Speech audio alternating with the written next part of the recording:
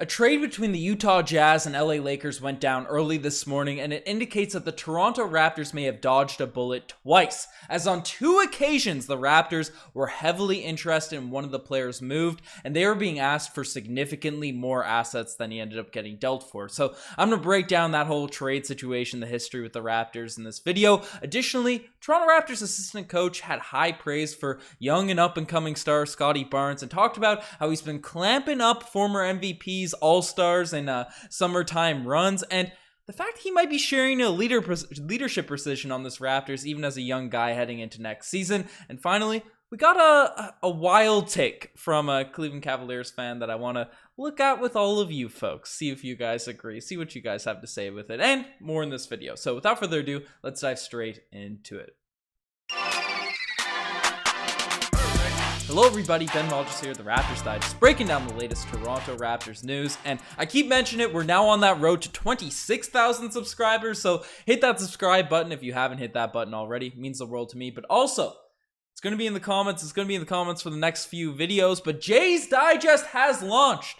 So if you're a fan of baseball, if you just want to support Toronto sports teams, if you're a Canadian, you want to get into baseball, definitely check out their channel because Nick and Pete have been killing it on their vids. They had 2 news videos drop within the last 24 hours, and they got a recap of the Jays and Red Sox video coming tonight, early tomorrow morning. So definitely check out their vids. Their channel will be in the comments down below. Check out Jay's Digest. But we got some Raptors news to dive into, and the first thing we're talking about is the Toronto Raptors dodging a bullet twice on 2 occasions, deuce. Because last night, obviously the Kevin Durant, the quest is over. At least for now, we don't know what's going to happen with that Brooklyn Nets drama, but now the rest of the league is sort of opened up for trades. We can see those minor players get moved because the big domino, at least the biggest, we still have to see what happens with Donovan Mitchell, but the big domino has fallen, and we got a little Woj bomb sort of coming out of nowhere tonight. There hasn't been a bunch of those dropping this off season, but it came out that the LA Lakers, the trade ended up going down.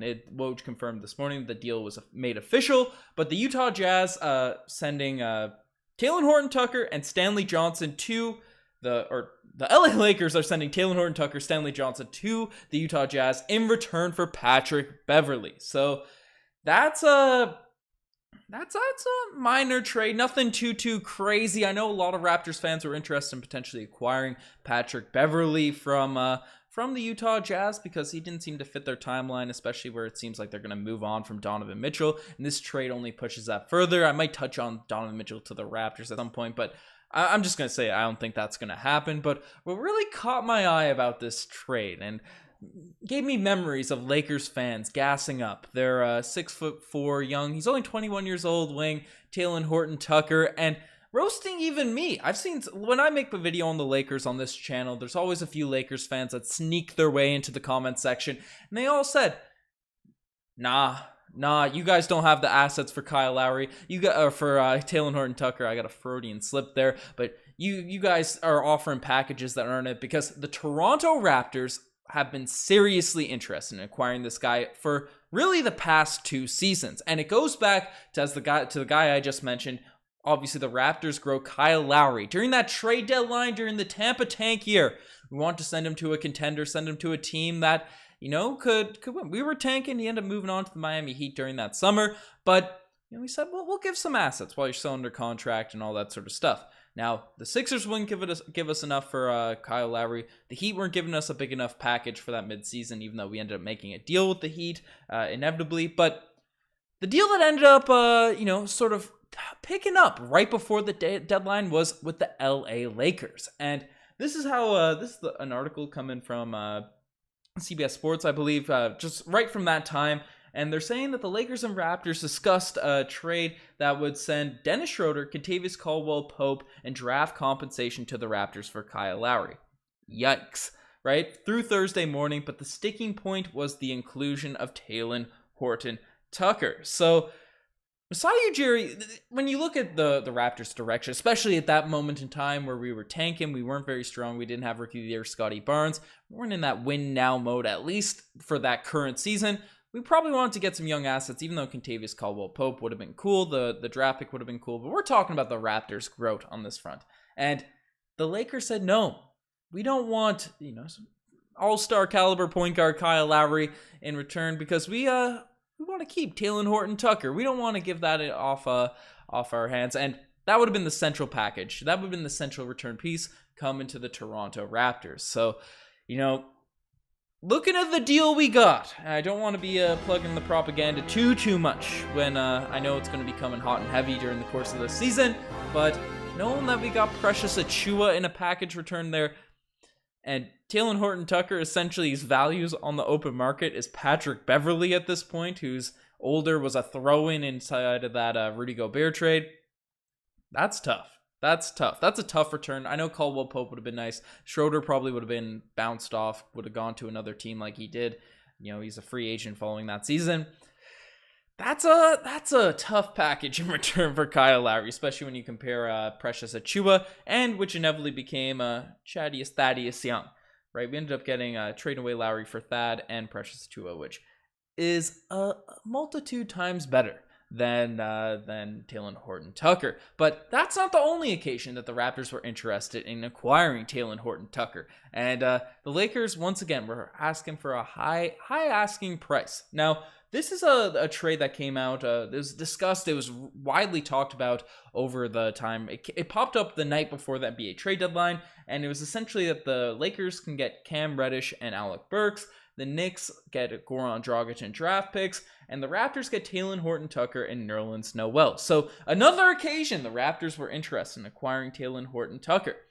And obviously the deal fell through. And it's been mildly reported, it's been touched on that Khem Birch would have been involved in a potential package, but Knicks really wanted Chris Boucher. That's what all the rumors and the talk was on that front, and the Raptors just weren't giving Chris Boucher up in order to get Talen Horton-Tucker in return. So I guess we kind of dodged that one ourselves. The fact that the Lakers wouldn't add him to the package is one that was dodged for us. Thank you, LA Lakers, for not going through with that deal. But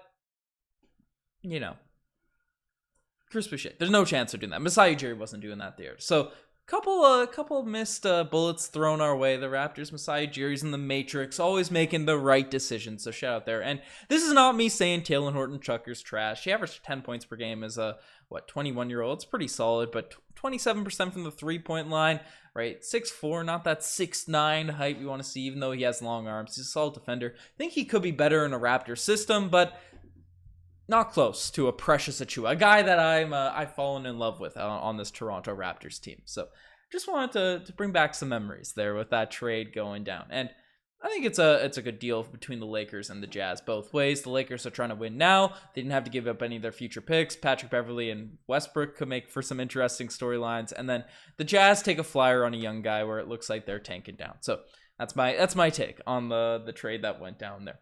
Not really Raptors involved. But the next thing is significantly Raptors involved, and it involves Scottie Barnes clamping up Paul George and James Harden, and Adrian Griffin, Raptors assistant coach, likely a future head coach in the NBA, had some very kind words, came out with a nice quote on our guy Scottie Barnes in a video released today, really just gassing up his defense, talking about how he's been clamping Paul George, James Harden, and all these Rico Hines run scrims. Obviously, we saw that single clip where he locked down the former MVP and James Harden on that shot, made him shoot a poor midi. But just saying that he always is focused, he's locked in, even in the most minute games off season, where things don't really matter. He's going 110%, and he's really working on just being able to take the best guy on the court, not duck in any matchups, and be able to do it on both ends. So he had high praise for Scottie Barnes' defense on that front, and also one little nugget that I thought came from it was he's talking about the leadership of Fred VanVleet. He was talking about how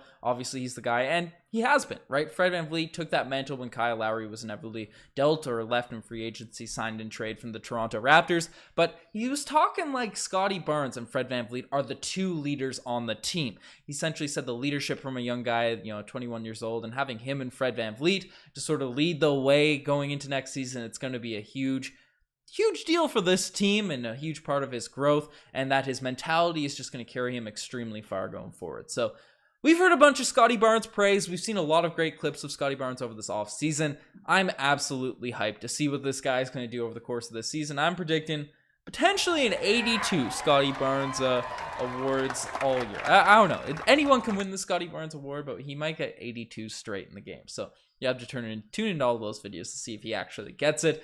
But shout out to Scottie Barnes. The next thing we're discussing is Toronto Raptors struggling in international competition.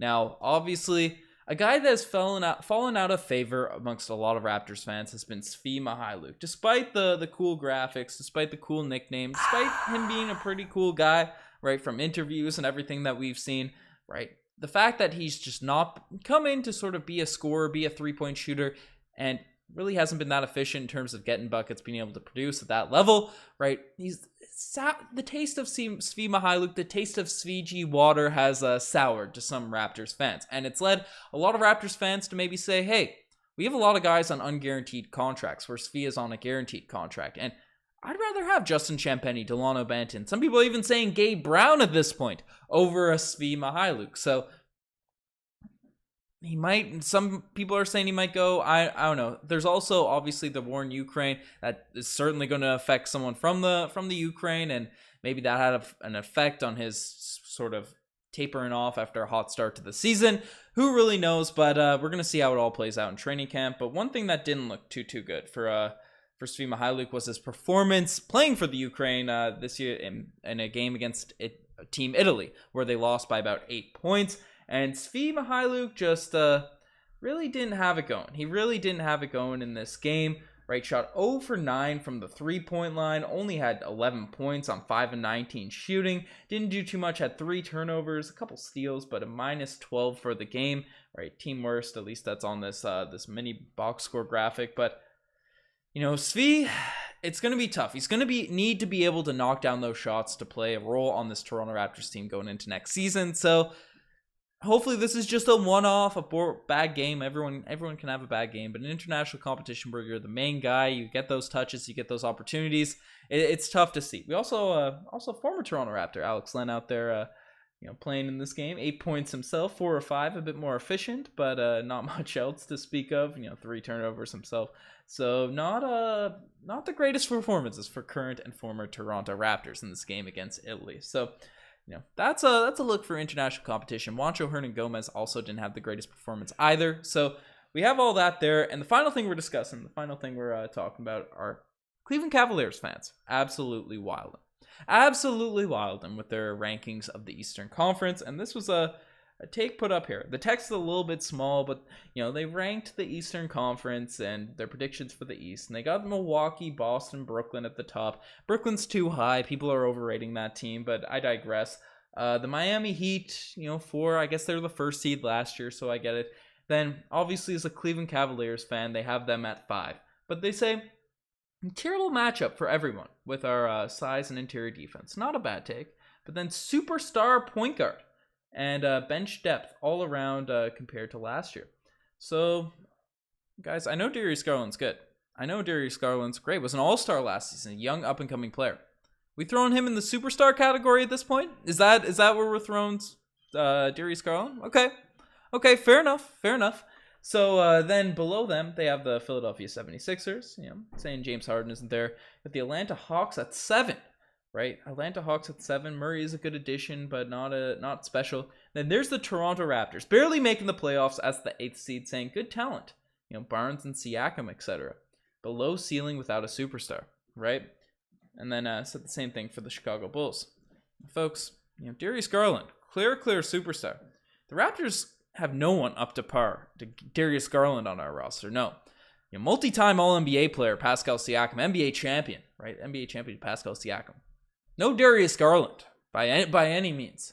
Fred VanVleet, obviously all-star last season, got a Finals MVP vote. Get buckets. He's no Darius Garland either, right? You can't compare those two players. Up-and-coming rookie Scottie Barnes, right? Are we going to put him? I guess he hasn't proven to be at Darius Garland's level just yet, but looking at the offseason, right?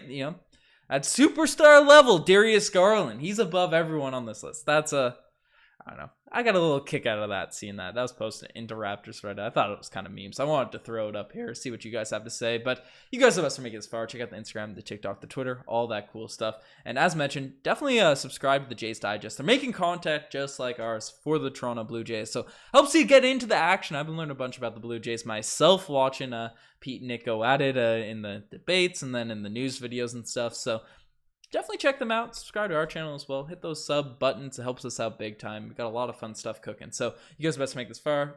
I already plugged everything. You guys are best. I'm signing out. Cheers.